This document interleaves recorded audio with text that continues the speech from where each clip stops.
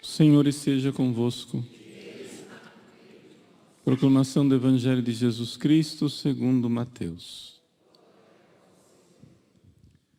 Naquele tempo disse Jesus: Ai de vós, mestres da lei, fariseus hipócritas, vós fechais o reino dos céus aos homens, vós, porém, não entrais e nem deixais entrar aqueles que o desejam.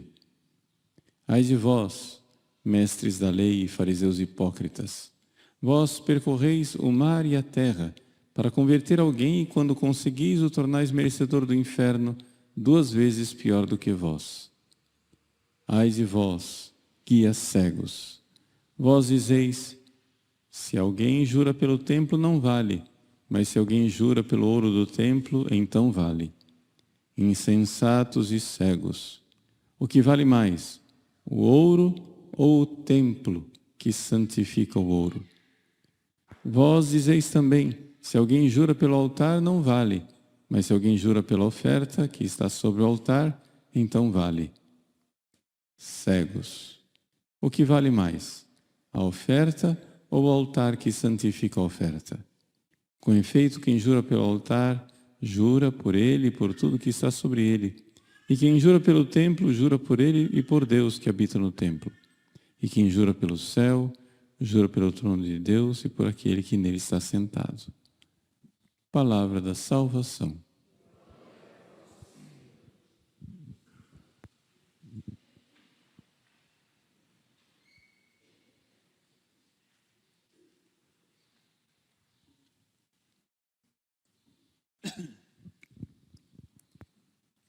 Meus queridos irmãos e irmãs, celebramos a memória de São Luís, rei de França.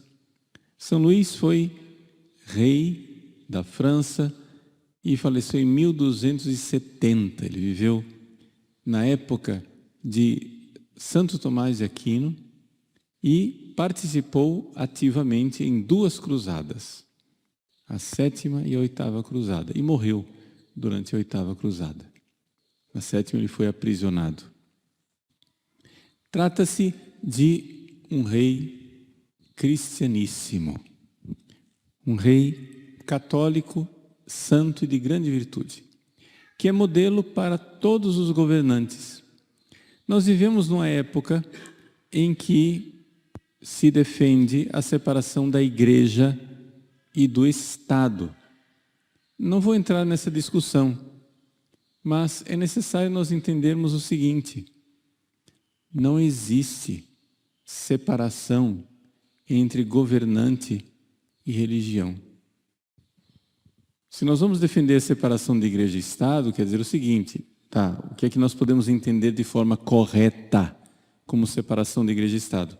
Bom, quer dizer o seguinte, que padres, bispos e o Papa não têm que governar o país. E é evidente que não. E nunca foi assim. É evidente que o clero não tem que governar absolutamente nada. Isso seria um clericalismo intolerável. Isso seria o fim do mundo. Agora, é ingênuo você achar que um governante, seja ele quem for, não tem uma visão religiosa. Todos eles têm, até os ateus. Um ateu tem uma visão religiosa e ele governa tendo aquilo em mente. Um cristão, um católico, tem uma visão religiosa e esperamos que ele governe tendo aquilo em mente. E que diferença que isso faz? Bom, faz muita diferença, porque não existem seres humanos que não tenham uma visão do mundo total. E a visão religiosa é isso. Para um ateu, não existe Deus. Então, para ele não tem limites. Como diz o ateu Jean-Paul Sartre, né?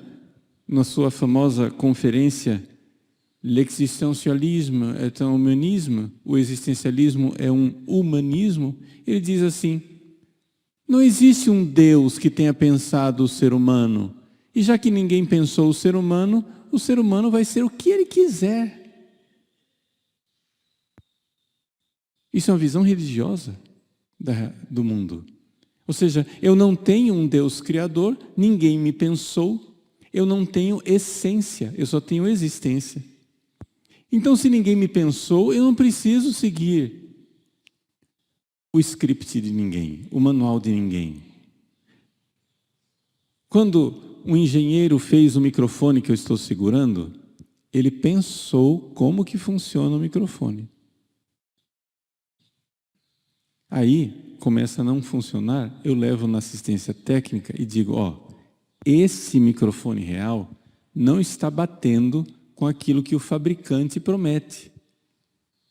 Então tem alguma coisa errada. Eu tenho um ideal, eu tenho uma essência, que é aquilo que o fabricante pensou. O fabricante pensou o microfone. E não está batendo, o microfone que eu estou na minha mão não está funcionando como deveria. Vamos consertar. A mesma coisa o ser humano. Se eu tenho um Deus que pensou o ser humano, e Deus nos pensou, e o ser humano não está batendo com o projeto de Deus, eu posso dizer, está certo, está errado. Moral, imoral. Eu posso dizer, eu posso conduzir a minha vida para aquilo que a minha percepção tem, que seria o projeto de Deus para mim. A partir daí tem moralidade, tem certo e tem errado. Mas se ninguém pensou o ser humano, se o ser humano pode colocar qualquer ideia, né? Qualquer pensamento meio doido na cabeça e dizer, eu sou isso, eu sou uma abóbora e eu vou me comportar como abóbora, porque eu não tenho um Deus que me pensou, eu é quem me penso e eu vou ser. Então eu vou ficar ali, sentado o dia inteiro na grama, me comportando como uma abóbora. Bom, mas isso está completamente fora. Pois bem, pois existem governantes no mundo que se comportam assim. Aliás, são uma grande maioria. Por quê? Porque você não pode trazer suas ideias cristãs para o governo das coisas. Mas, e você ateu? Por que você pode impor a toda a sociedade que crê a sua ideia das coisas? Você é ateu, você acha que ninguém pensou o ser humano. Então, se o ser humano quiser ser qualquer coisa, você acha que ele tem o direito de ser qualquer coisa.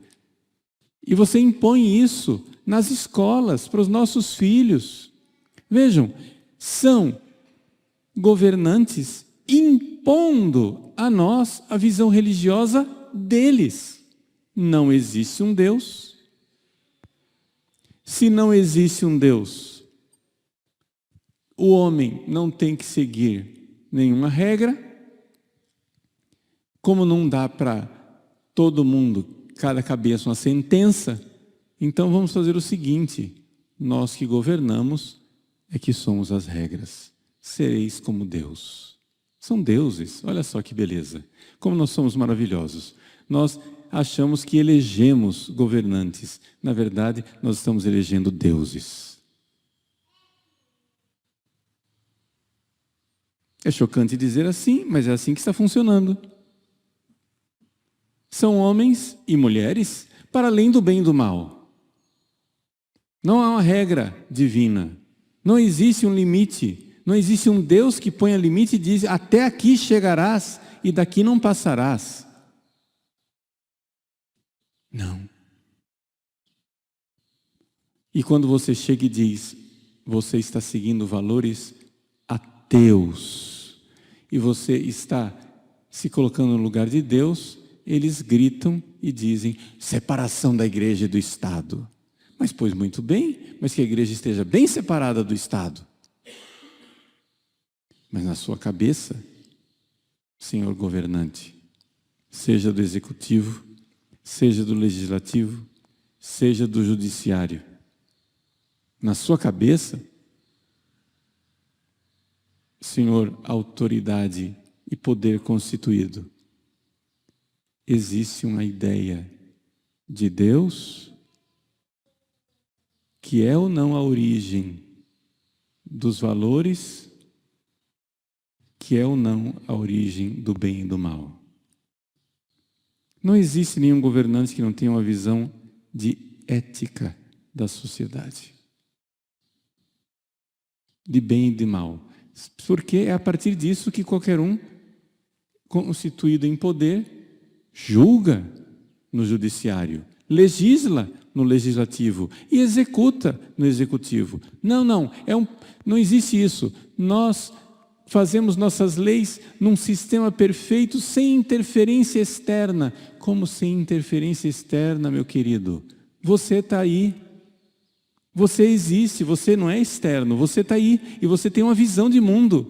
Você tem uma visão de certo e errado.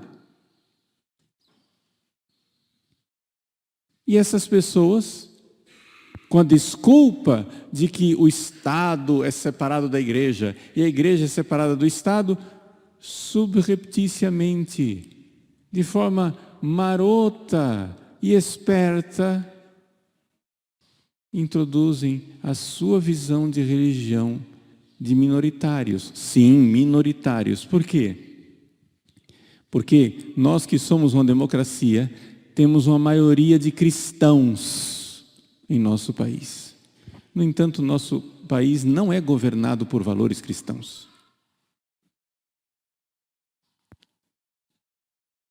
Uma maioria de ateus, agnósticos, indiferentes religiosos, relativistas morais, é que governam, impondo a toda a sociedade que cale a boca e não me venha com seus valores, não me venha com seu catecismo.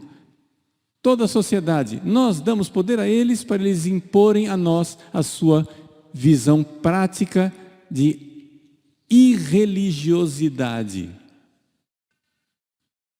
Eles não são neutros religiosamente. E é isso que o país precisa compreender, é isso que o mundo precisa compreender. Não existe, é impossível um poder humano constituído sem uma visão religiosa do mundo. Seja esta visão religiosa ateia, agnóstica, relativista, seja o que for, isto é a concepção que você tem de mundo. São Luís, grande rei da França, governou a França. Ele era, sim, um bom católico e obediente ao Papa. Mas não era o Papa quem governava a França. Era ele. Era Luís. Ele tomava as decisões. Ele é quem verdadeiramente colocava os valores. Ele promoveu toda a piedade popular. Trouxe relíquias para a França. Em Paris construiu a Sainte-Chapelle, onde colocou a coroa de espinhos de Nosso Senhor Jesus Cristo, relíquia preciosíssima, que hoje está na Notre-Dame de Paris. Ele, São Luís, promoveu muito a moralidade, tentou acabar com aquilo que minava a família, as coisas como a prostituição e aquilo que escravizava os pobres, como a usura de banqueiros. Ele, São Luís, deixou uma grande herança para os seus 11 filhos. E a herança que ele deixou não foi tanto nem título e nem dinheiro, mas foi a fé cristã. Dos 11 filhos de São Luís descendem todos os reis das casas reinantes e não reinantes da Europa. Os imperadores do Brasil e os reis de Portugal descendem de São Luís. Oxalá nossos governantes, sejam eles do legislativo, do executivo ou do judiciário, se inspirem em São Luís e sejam descendentes dele, não de sangue, mas descendentes dos mesmos valores, das mesmas verdades, de onde brotam as nossas leis, ao serem legisladas, ao serem julgadas e ao serem executadas.